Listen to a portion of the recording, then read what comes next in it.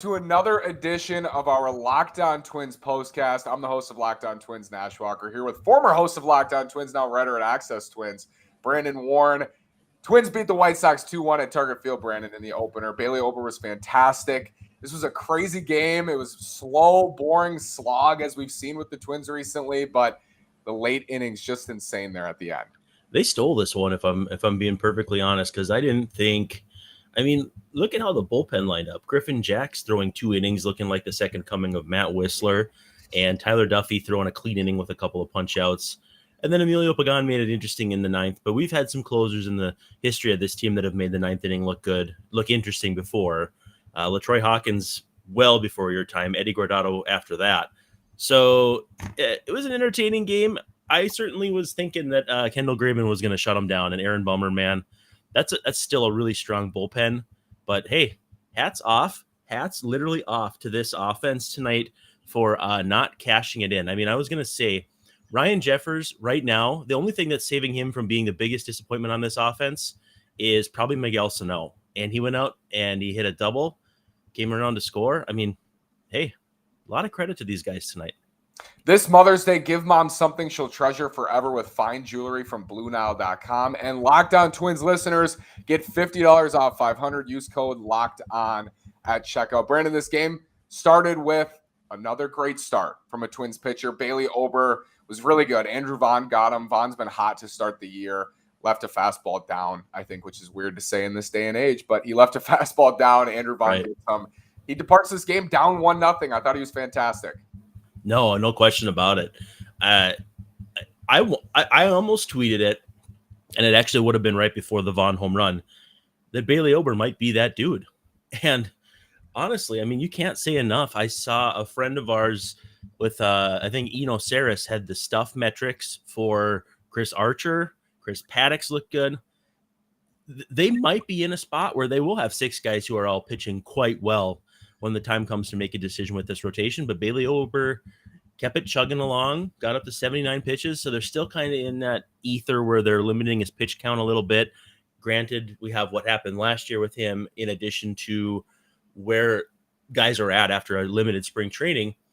But, he worked himself into a little trouble, worked out of it. He looked great, man. I mean, he went toe-to-toe with Michael Kopech and did not look worse for the wear. I mean, Kopech's nasty, and we talked about that yesterday.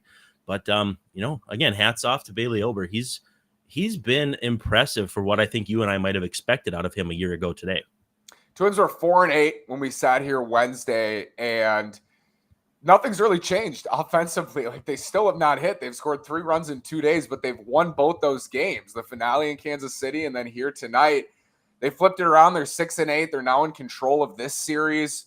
I think even though it's 2 games, you feel a little bit better knowing they're weathering this storm of the offense. But I think the biggest question here, Brandon, is this offense going to hit? And when they do, what's that going to look like? Well, and they're only a half game behind the White Sox. I mean, I don't check standings in any form or fashion until June, or at least mid-May, with any sort of thought process. But you have to look at the head-to-head, and I'm looking at the ESPN page here, so I see the records. Just you have to be impressed with the last 2 days winning games they had, you would think, no business winning, especially with how the pitching pitched last season. And I did call up some numbers here. In Twins history, through the first 14 games of a season, the Twins' 43 runs are the 5th fewest. Wow. 2011, 2016, 1976, and 1981. So I'm pretty sure the 81 team was all the rookies like Kent Herbeck, Tom Bernansky. We remember 2011 was horrible. 2016, again, not very good. So the pitching, I mean, they're hitting 201 as a team, on base 289, 327 slugging. That's not going to cut it, but the pitching's keeping them in it. Who would have ever thought we'd say that 14 games in? No one's writing home about 6-8. Right. There's a real victory tonight, and there's a moral victory tonight, knowing that you took game 1 of this series when, for much of the night, as you said, it felt like they were going to lose this game. Right. Let's put it into perspective here. It's 1 game, but how can the Twins use tonight and yesterday to keep rolling and find ways to win this series and move on and beat Detroit and just kind of get on a little roll here? Well, I think the most important thing to think is that they won the game started by Kopech. They knew the game against Giolito was going to be hard. You hope you come out and show out against Vince Velasquez on national TV, but so to go out and take the first one is obviously a big deal. And I did talk to, to go back to the offense for a second. I looked it up, and they are seeing the most pitches per plate appearance. Now let's back up to when we talked about the Twins seeing very few first pitch strikes. That means that they're getting into advantageous counts and not finishing, not executing. To me, that indicates, because we talked about the difference between a 1-2 and a 2-1 count in terms of numbers after, this offense has to be on the cusp of something. It may not be huge, it may not be 9 runs a night, but I really do believe that they're ready to break out soon. And why not against Vince Velasquez, who is, let's just be honest, not particularly good. Let's break down these last 2 innings, the 8th and 9th. Carlos Correa rips one to short. Tim Anderson looked like he might make the play, and then he wouldn't, and then made an errant throw. He's had a rough couple of days, certainly, at short. And then they kick the ball around. This is kind of, I don't want to say, but vintage White Sox in some ways. We've seen them on the target field and boot the ball around. And then Ryan Jeffers with that double. He then blocks a pitch in the 9th. That was a big pitch there. Full count, bases loaded. Brandon Pagán's, I think, at 35 pitches at that point. And he just paints the inside corner. What would have happened? Let's play retrospect. What would have happened had he walked in there? Is Rocco then like warming Duran and going to Duran on a back-to-back? Like, that would have been a disaster, and Tim Anderson's coming to the plate with the bases loaded. Yeah, I mean, I think you let Pagán pitch into that situation. You let him pitch out of it. And so, because he's not a rookie, he's a guy who's been in this hot water before, but there's so many narratives that would have played. You've got Tim Anderson revenge from the error or the bad throw. You have turning over the order when you absolutely don't want to do that. And Berger did not look good in that plate appearance. No. And you've got a tie game besides for an offense that has not shown the ability to score runs outside of just the previous inning. I don't want to imagine what kind of tizzy it would have thrown Twins Twitter into, which, I mean, I'm not going gray yet, but Twins Twitter is getting me there. So Rocco made a couple decisions I thought were questionable here. Maybe Pagán in the 9th, but we've talked about Pagán is their guy, I think, for the 9th inning. Mm-hmm. But you had tweeted, and I noticed this as well as it was happening. He decided he didn't want Trevor Larnach to see Aaron Bummer. He would rather have Kyle Garlick see Kendall Graveman. And I think the response to that was you would have preferred the other option there. Yeah, it's hard because you have to play not the long game, but you have to keep subsequent innings in play. And like I had that back and forth with Lavelle Neal about Duran throwing earlier to line up with that part of the lineup. You have to be able to look ahead in a game. And to me, Larnach facing Bummer, I mean, you can argue whether or not you want Garlick to face Graveman. Neither of those are great matchups. But if it comes around in the 9th and you're facing Hendricks, you definitely don't want Garlick over Larnach. So it's not egregious, but I didn't like it. And then, too, I thought maybe they'd burn Garlick just to stand there and then put Buxton in. Then they walk Buxton. He's got a bad wheel. There's a lot of wheels in motion that I just didn't think wouldn't work, and they could have burnt 3 guys for one position, one spot. It's just not what I would have done, but it wasn't egregious. Kendall Graveman pitches, Aaron Bummer pitches, Liam Hendricks dry hump. So in a lot of ways, feels good for the Twins early on in that area. Let's look ahead to tomorrow. Dylan Bundy, FS1, right? FS1 national TV. Yep. Vince Velasquez